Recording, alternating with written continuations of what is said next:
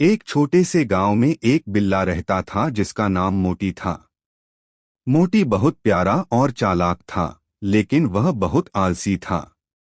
उसे अपने घर के पास पेड़ों के नीचे सोना और खेलना बहुत पसंद था। गांव के पास एक बड़ा सा खेत था जहां सब लोग अपनी फसल उगाते थे। खेत के मालिक का नाम लालू चाचा था। वह बहुत अच्छा आदमी था, लेकिन उसके खेत में बहुत सारे फल थे जिनकी रक्षा करने के लिए एक कुत्ता रखा गया था। कुत्ते का नाम था बिग्गा। बिग्गा बहुत ही डरावना था और किसी भी जानवर को खेत में घुसने नहीं देता था। मोटी को एक दिन खेत में पड़े हुए कुछ आम दिखे।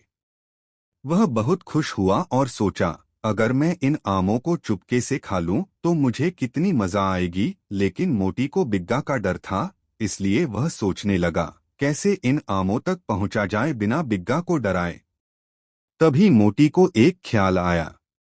उसने सोचा, अगर बिग्गा को सोते हुए देखा तो मैं आराम से आम ले सकता हूं। मोटी खेत के पास गया और देखा कि बिग्गा धूप में सो रहा था। मोटी धीरे धीरे उसके पास गया और धीरे से आमों की ओर बढ़ने लगा।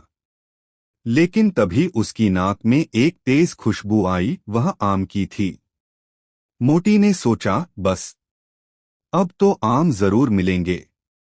लेकिन जब वह एक आम के पास पहुंचा, तभी बिग्गा की आंखें खुली और उसने मोटी को देख लिया। बिग्गा झट से कड़क आवाज में बोला, क्या कर रहे हो तुम? यह खेत मेरा है, भाग जाओ।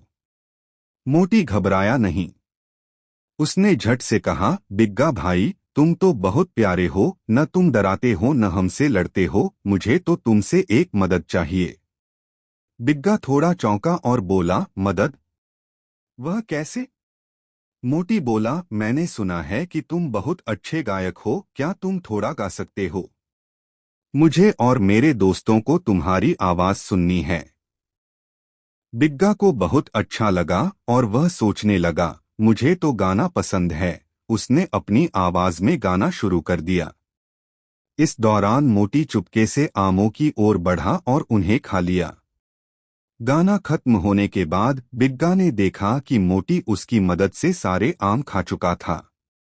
मोटी हंसते हुए बोला, बिग्गा भाई, तुम सच में बहुत अच्छे गायक हो, लेकिन हमें इन आमों का आनंद लेना था।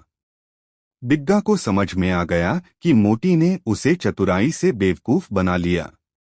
उसने धीरे से कहा, अच्छा किया तुमने, लेकिन अगली बार ऐसा मत करना। मोटी ने कहा, मैंने तो बस तुम्हारे गाने का आनंद लिया, लेकिन अगली बार ध्यान रखना कि तुम किससे दोस्ती कर रहे हो। सीख है। इस कहानी से यह सीखने को मिलता है कि कभी कभी चतुराई से भी मुश्किलें हल की जा सकती हैं, लेकिन किसी को बेवकूफ बनाना सही नहीं है।